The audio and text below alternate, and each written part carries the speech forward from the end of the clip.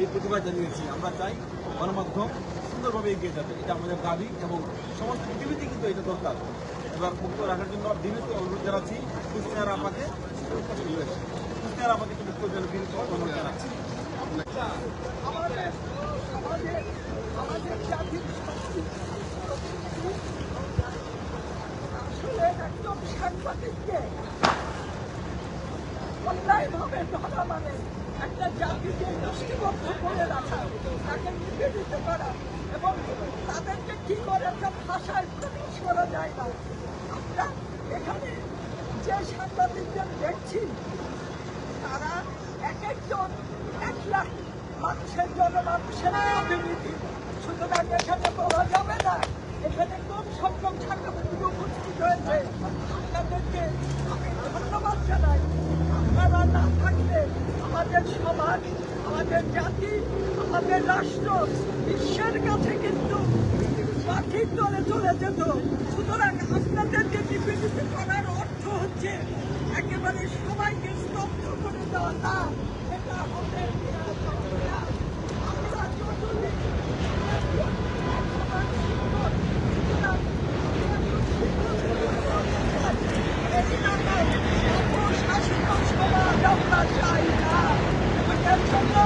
সাংবাদিক বন্ধুরা আপনারা এগিয়ে আসুন, আপনাদের পিছনে কোটি কোটি মানুষ আছে।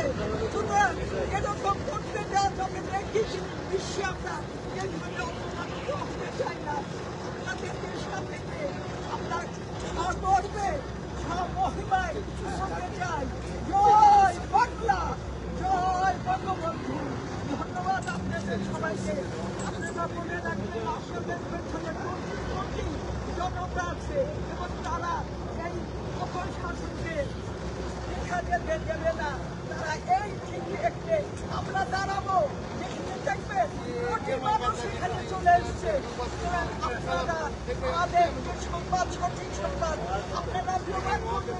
আপনারা অন্যদের মতো নয়, আপনাদের নিয়ে আমরা অহংকার বোধ করি, গর্ববোধ করি। ধন্যবাদ আজকের এই অনুষ্ঠানে আমি সব সমাজের পক্ষ থেকে আপনাদেরকে ধন্যবাদ জানাচ্ছি। তখন বাংলাদেশের বাইরে হাজারো সাংবাদিক কারাবন্দী, নানাভাবে নিষ্পেষিত। আমাদের বাংলাদেশে যারা কারাবন্দী তাদের ব্যক্তিগত মত যাই থাকুক না কেন, আমরা বলি সংবাদপত্র সমাজের আয়না, সাংবাদিকরা জাতির বিবেক। কিন্তু বাংলাদেশের প্রেক্ষাপটে যখন স্বাধীনতা, সার্বভৌমত্ব এবং স্বাধীনতার চেতনা লঙ্ঘিত করা দরকার, তখন সবচেয়ে বেশি আঘাত আসে সাংবাদিকের উপর, সংবাদপত্রের উপরে। আমি নিজেও এটার শিকার, বিস্তারিত ব্যাখ্যায় যেতে চাই না, কিন্তু আমি বলবো সাংবাদিকরা তাদের ব্যক্তিগত মতামত যাই থাকুক না কেন, যখন একটি সংবাদ প্রকাশ করেন সেটা জনগণের কাছে পৌঁছে দেন, সেখানে শতভাগ সত্যি ঘটনা থাকে, জনগণ সেটাকে গ্রহণ করে। কিন্তু এই যে বাংলাদেশে যে স্বাধীনতা বিরোধীদের যে চক্রান্ত চলছে, সেই চক্রান্তের একমাত্র বাধা হয়ে দাঁড়িয়েছে এখন সাংবাদিকরা, সংবাদপত্র। যে কারণে এত বড় আঘাত, বাংলাদেশে অনেক সাংবাদিককে আপনার কারাগারে বিনা বিচারে আটকে রাখা হয়েছে। আমি তাদের নিঃশর্ত মুক্তি চাই, সে যে দলের হোক, যে পথের হোক। সাংবাদিকরা কোনো দলের রেজুল ভিত্তিক করতে পারে না। তাদেরকে অন্যায়ভাবে আটকে রাখার একমাত্র কারণ হচ্ছে বাংলাদেশের স্বাধীনতাকে ভুলুণ্ঠিত করা, স্বাধীনতার চেতনাকে ভুলুণ্ঠিত করা। আমি সবার নিঃশর্ত মুক্তি জানাই এবং বিশ্ব গণমাধ্যম দিবস সফল হোক এবং সারা বিশ্বের সাংবাদিকরা একত্রিত হোক, ঐক্যবদ্ধ হোক, সেই প্রত্যাশা রাখছি। ধন্যবাদ সবাইকে। অনেক ধন্যবাদ। কথা বলছেন, আসলে এটা আমাদের সবারই কথা। গণমাধ্যমকে সবসময় স্বাধীনভাবে কাজ করার সুযোগ দিতে হবে। গণমাধ্যমের কাজ হচ্ছে রাষ্ট্রকে প্রশ্ন করা। গণমাধ্যম যদি রাষ্ট্রকে প্রশ্ন না করতে পারে, সেই রাষ্ট্র কখনই ভালোভাবে চলতে পারে না। আমি শুনতে বলেছি রাষ্ট্রের যারা ক্ষমতা থাকেন তাদের একটা বড় অংশ থাকেন যখন বিরোধী করা যায়। যখন গণমাধ্যম সক্রিয় থাকবে তখন তারা কিন্তু সেই বিরোধী করাটা ভয় পাবে, তাদের শুরু করে আসবে, তখন রাষ্ট্র সুন্দরভাবে এগিয়ে যাবে। আর এখন মুক্ত রাখার জন্য অনুরোধ জানাচ্ছি দিল্লির সাবেক প্রেস মিনিস্টার সবার মাহমুদ ভাই। বিশ্ব গণমাধ্যম দিবস উপলক্ষে আয়োজিত সাংবাদিকদের এই প্রতিবাদ সমাবেশে প্রধান অতিথি জাতীয় প্রেস ক্লাব বাংলাদেশ এর সাবেক সাধারণ সম্পাদক এবং বারবার নির্বাচিত সভাপতি জাতীয় সংসদের সাবেক নির্বাচিত সাংসদ ফরিদা ইয়াসমিন আজকে উপস্থিত আছেন। আমাদের যুক্তরাষ্ট্র এবং বাংলাদেশের বিভিন্ন গণমাধ্যমে কর্মরত দায়িত্বশীল মিডিয়া কর্মী, সাংবাদিকবৃন্দ, লেখক, শিক্ষক, প্রগতিশীল সমাজের প্রতিনিধি, আজকের এই দিনে আমি আমাদের নির্বাচিত সরকারের প্রধানমন্ত্রী তারেক রহমানের উদ্দেশ্যে শুধু একটাই দাবি জানাবো, অবৈধ ইউনূস সরকারের আমলে গ্রেপ্তারকৃত আমাদের যেসব সাংবাদিক বন্ধুদের মিথ্যা মামলায় আটক করে কারাগারে বন্দী রাখা হয়েছে মাসের পর মাস, হাজারের অধিক যেসব সাংবাদিককে কর্মচ্যুত করা হয়েছে শুধুমাত্র রাজনৈতিক আদর্শের বিবেচনায়, শত শত সাংবাদিকের নামে হত্যা মামলা দায়ের করা হয়েছে। সাংবাদিকদের মত প্রকাশের স্বাধীনতাকে স্তব্ধ করার জন্য এমনকি জাতীয় প্রেস ক্লাবে ঢাকা সাংবাদিক ইউনিয়ন, ফেডারেল সাংবাদিক ইউনিয়নের কার্যালয় তালাবদ্ধ করে রাখা হয়েছে। আমি আজকের এই দিনে বলতে চাই, শ্যামল দত্ত, মুজাম্মেল বাবু, সাংবাদিক দম্পতি শাকিল, রূপা সহ, শাহরিয়ার কবির সহ, এমনকি আমাদের সিনিয়র সাংবাদিক শওকত মাহমুদ আজ বিনা অপরাধে কারাগারে রয়েছে। আমরা রাজনৈতিক আদর্শের বিবেচনাই শুধু নয়, যারা মিথ্যা মামলায় আজ আটককৃত রয়েছে তাদের প্রত্যেকের মুক্তি দাবি করছি। আমাদের কারাবন্দী প্রায় 38 জন সাংবাদিককে ঈদের আগেই মুক্ত করতে হবে। আর যেসব সাংবাদিকের নামে মিথ্যা মামলা দায়ের করা হয়েছে, হত্যা মামলা দেওয়া হয়েছে, চাকরিচ্যুত করা হয়েছে, তাদেরকে অবিলম্বে তাদের নাগরিক অধিকার, পেশাগত অধিকার ফিরিয়ে দিতে হবে। বাংলাদেশে সাংবাদিকদের নিপীড়ন, নির্যাতনের যে অপশাসন চালু হয়েছে তা বন্ধ করতে হবে এবং বাংলার মাটিতে গণমাধ্যমের স্বাধীনতা নিশ্চিত করতে হবে। আমার যেসব সাংবাদিক বন্ধুরা মানবতার জীবন যাপন করছে তাদেরকে স্বাভাবিক জীবন ফিরিয়ে দিতে হবে। যেসব সাংবাদিকদের বিদেশ যাত্রায় নিষেধাজ্ঞা দেওয়া হয়েছে অবিলম্বে সবকিছু সেগুলো তুলে নিতে হবে।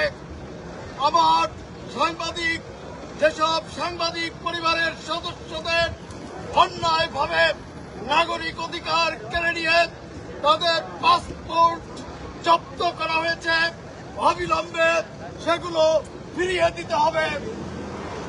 আজ আমি এই নির্বাচিত সরকারকে শুধু একটি দাবি জানাতে চাই, আগামী ঈদের আগে সকল কারাবন্দী সাংবাদিকদের মুক্ত করতে হবে। নতুবা গত 30 এপ্রিল থেকে ওই স্টেট ডিপার্টমেন্টের সামনে আমরা তাদের মুক্তির দাবিতে যে আন্দোলন শুরু করেছি সেই আন্দোলন আন্তর্জাতিকভাবে অব্যাহত থাকবে। সবাইকে ধন্যবাদ। জয় বাংলা। বিশ্বমুক্ত গণমাধ্যম দিয়েছে, পৃথিবীতে সবচাইতে বেশি সাংবাদিক কারাগারে আছেন বাংলাদেশে, আর সবচাইতে বেশি সাংবাদিকের মৃত্যু ঘটেছে প্যালেস্টাইন। এই দুটি রেকর্ড আজকের এই বিশ্ব গণমাধ্যম দিবসে স্মরণ হচ্ছে। আমি শুধু এটুকু বলতে চাই, এই বাংলাদেশ প্রতিষ্ঠা করার জন্য যারা যুদ্ধ করেছিল, জীবন দিয়েছিল, তাদেরকে আজকে কারাগারে থাকতে হচ্ছে। অথচ গত 2 বছর ধরে যারা এই তথাকথিত মব সন্ত্রাসের নামে নির্বিচারে মানুষকে হত্যা করেছে, তাদের কাউকে শেষাগ্র পর্যন্ত রাষ্ট্রযন্ত্র স্পর্শ করে। এই হচ্ছে আমাদের বাংলাদেশ। ৭১ সালে ৩০ লক্ষ মানুষ রক্ত দিয়ে, জীবন দিয়ে, ২ লক্ষ মামুন সংগ্রাম দিয়ে এই বাংলাদেশকে প্রতিষ্ঠা করেছিল আজকের এই দৃশ্য দেখার জন্য। বাংলাদেশের মাটিতে আব্দুল হাই ১৪ গ্রামের মুক্তিযোদ্ধা, তার গলায় জুতার মালা পরিয়ে তার গ্রামের বাজারে তাকে প্রদক্ষিণ করা হয়েছে। এই হচ্ছে বাংলাদেশ। এদেরকে গ্রেফতার করা হয় না, কিন্তু গ্রেফতার করা হচ্ছে মুক্তিযোদ্ধাদের, গ্রেফতার করা হচ্ছে গণমাধ্যম কর্মীদের, সাংবাদিক। বলা হয় যে সংবাদপত্র হচ্ছে রাষ্ট্রের চতুর্থ স্তম্ভ। আমরা সবাই জানি কি, একটি গৃহ নির্মাণ করতে গেলে 4টি স্তম্ভ ছাড়া গৃহ নির্মাণ হয় না, অথচ আমাদের প্রধানতম যে স্তম্ভ এই গণমাধ্যম, এই গণমাধ্যম কিন্তু আজকে নুয়ে পড়েছে। গণমাধ্যমকে এই ইউনূস সরকার তথাকথিত নিরপেক্ষতার নাম করে রাষ্ট্র ক্ষমতা দখল করার পরে ষড়যন্ত্রমূলকভাবে একটি নির্বাচিত সরকারকে উৎখাত করে রাষ্ট্র ক্ষমতা দখল করে তারা যেভাবে এই সংবাদপত্র এবং প্রতিবাদী মানুষকে, মুক্তিযুদ্ধের চেতনার মানুষের উপর আঘাত হানছে, এই জিনিসটি পৃথিবীর আর কোথাও দেখা যায় না। আজকে আমরা এটুকু বলতে চাই, এই ইউনূস সরকার ক্ষমতা আসার পরে আপনারা খেয়াল করে দেখেছেন, বাংলাদেশে শুধু নয় সারা পৃথিবীতে রাষ্ট্র ক্ষমতার প্রধান ব্যক্তি তিনি থাকেন, তিনি সমস্ত ব্যবসায়িক প্রতিষ্ঠান থেকে নিজেকে প্রত্যাহার করে নিয়ে রাষ্ট্র ক্ষমতা পান, এই দায়িত্ব নেন, শপথ নেন। আমাদের ইউনূস সরকার ক্ষমতায় নেওয়ার পরে 36টি ব্যবসা তার নামে, তার ব্যবসা প্রতিষ্ঠানের নামে নেওয়া হয়, জামিনের নামে নেওয়া হয়। এই হচ্ছে তার রাষ্ট্র ক্ষমতা দখলের নমুনা। এই ইউনূস সাহেব তার নামে আদালত থেকে যে সমস্ত দণ্ড দেওয়া হয়েছিল, এগুলো প্রত্যাহারের জন্য সবচেয়ে দ্রুততম গতিতে তার দণ্ড প্রত্যাহার করে নিয়েছে। এবং সবচেয়ে আশ্চর্য বিষয়, তার প্রতিষ্ঠানের নামে আদালত থেকে যে সমস্ত জরিমানা করা হয়েছিল 15,000 কোটি টাকা, সেই টাকা মাফ পেয়েছে। এই সমস্ত সুবিধার জন্য করে দিয়ে তাদের মাধ্যমে করেছেন এই তথাকথিত মব সৃষ্টিকারী। মব সৃষ্টিকারী কারা? তারা হচ্ছে ৭১ আমাদের মুক্তিযুদ্ধের বিরুদ্ধে, এই তাদেরকে ধর্মের নামে তাদেরকে রাষ্ট্র ক্ষমতার সবচেয়ে বেশি সুযোগ সুবিধা দিয়ে তিনি রাষ্ট্র ক্ষমতায় টিকে থাকার চেষ্টা করেছেন। সর্বশেষ পর্যায়ে নির্বাচন দেওয়ার জন্য বাধ্য হয়েছে। আজকে সামান মাহমুদ বলেছেন আজকে একটি নির্বাচিত সরকার ক্ষমতা এসেছে, আপনারা স্বীকার করে নিলাম সরকার নির্বাচিত। আজকে প্রধানমন্ত্রী, আপনার বাবা না মুক্তিযোদ্ধা ছিলেন, আপনি যদি একজন মুক্তিযোদ্ধার সন্তান হয়ে থাকেন, তাহলে আজকে কেন বাংলাদেশের মুক্তিযোদ্ধারা কারাগারে থাকবে?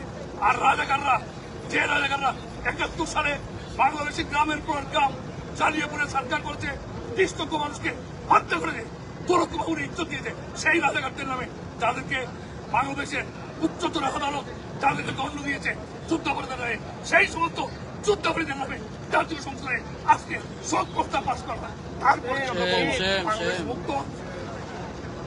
এই সমস্ত অপকর্ম করা হয়েছে শুধুমাত্র একটি কারণে, এই গণমাধ্যমের সাহসী সাংবাদিকরা যদি বাইরে থাকেন, রাজপথে থাকেন, রাস্তায় থাকেন, সংবাদ মাধ্যমে কাজ করেন, তাহলে এই সমস্ত অপকর্ম করা যাবে না। এবং এই কারণেই এই সমস্ত জিনিস আগে থেকেই তৈরি করা হয়েছে।